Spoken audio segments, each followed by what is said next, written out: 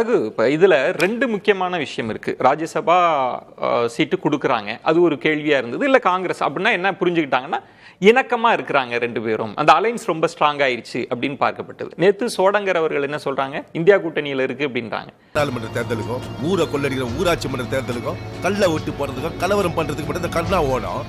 பதவி கட்சோன்னு போலீஸ்க்கு பலி கொடுக்கறதுக்கு கண்ணா தான் கட்சானா பாஜக எதிர்ப்புல ஒன்னு சேருவாங்கன்னு அவங்க சொல்றாங்க. இதை தாண்டி மாணிக்கம் தாகூர் வாய்ஸ் அது யாரோடதுன்னு தெரியல. அவர் என்ன சொல்ற, அவங்க பிஜேபியோட அக்ரிமெண்ட் போட்டாங்க, அது தெரிஞ்சுதான் நாங்க நன்றி கூற போகலன்னா அப்போ என்ன நடக்கு? காங்கிரஸ் என்ன நினைக்குது, திமுக என்ன நினைக்குது, தாவேக என்ன தேசிய அரசியலுக்கு நம்மளுக்குள்ள ஒரு ஒப்பந்தம் பண்ணிக்கிறோம், அதுக்கப்புறம் தான் வண்டியில ஏறுவேன். ஆமா, இவர் பெரிய சீன பிரதமர், நான் இந்திய பிரதமர், நமக்குள்ள எல்லா பிரச்சனை அதை ஒப்பந்தம் பண்ணிக்கணும். ஏன் திருச்சி வாடா பிச்சைக்கார நாய. அவங்க நிதின் நபீன் எல்லாம் போய் பாக்குறாரு.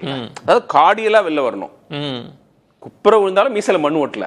நாளைக்கு BJP B team C team சொல்லிக்கிங்க, இருந்தாலும் நான் அதை வந்து ஒரு கர்டிசி காலா பண்ணுவேன். ஏன்னா அதை உருவாக்குனதே அவங்க தான் அப்படிங்கிற மாதிரி ஒரு முயற்சி, டிப்ளமேட்டிக் முயற்சி எடுக்கிறாருல.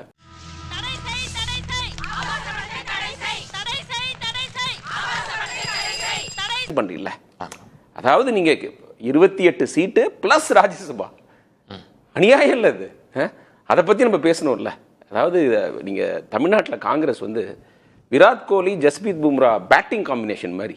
பாத்தியாப்பா, எச்சில பொறுக்கிற நாய் மாதிரி எப்படி போறாங்கன்னு. சத்தான் உடுமை சரியான முட்டாளுங்க. இந்த மாதிரி ஆளுங்க தான் தேர்தலையே ஓட்டு போடுறானுங்க. இப்ப தாவகிட்டையும் சாதிச்சுட்டு இருக்காங்க. அந்த அந்த பேசிக் கேள்வி நம்ம கேட்கணும். Do they deserve it? Congress என்ன செஞ்சிருக்கிறாங்க? கட்சி வளர்ச்சிக்கு அடுத்த கட்டத்துக்கு போறதுக்கு என்ன செஞ்சிருக்காங்க? கடந்த 5 வருடங்களா திமுகவோட ஒரு பிரான்ச் ஆபீஸ் மாதிரி பேசிக்கிட்டு இருந்தாங்க. ஹலோ ஹலோ, சிஎம் வீட்ல இருந்து பேசுறோம். ஐயா உடனே உங்களை வந்து பார்க்க சொன்னார். எதுக்கு? போன்ல எல்லாம் சொல்ல முடியாது, நேர்ல வந்து பாருங்க. சரி, திமுகவை எதிர்க்க முடியாது, அவங்களோட கூட்டணியில் இருக்கீங்க. மோதியை எதிர்த்து தமிழ்நாட்டில் என்ன செஞ்சீங்க? காமராஜர் அரங்கம் அவ்வளோ பெரிய ஆடிட்டோரியம் இருக்குல்ல, சிஏஏ பத்தி ஏதாவது ஒரு செமினார் வச்சிங்களா? மக்களுக்கு எஜுகேட் பண்ணீங்களா? மோதியோட கொள்கைகளை பத்தி மக்கள் கிட்ட ஏதாவது பிரச்சாரம் பண்ணீங்களா? எதுவுமே கிடையாது. சொன்னா கேளு, சொன்னா கேளு. அவங்க எப்போ ஒரு கட்சி நம்மளுக்கு ஞாபகம் வரும்னா, எலெக்ஷன் அனௌன்ஸ் பண்ண உடனே எங்களுக்கு அவ்வளோ சீட்டு வேணும், ஆட்சியில பங்கு வேணும், அப்புறம் ராஜ்யசபா சீட்டு வேணும். எதுக்குங்க கொடுக்கணும்? நியாயமா கேட்டு தமிழ்நாட்டில் நிறைய பேருடைய கேள்வி அதுதான் இருக்கு. நீங்க என்ன பண்ணிட்டீங்க உங்களுக்கு கொடுக்கணும்? இதுனா உங்களுக்கு பட்டா போட்டு. இப்படி நான் ஒரு கேள்வி கேட்கிறேன்.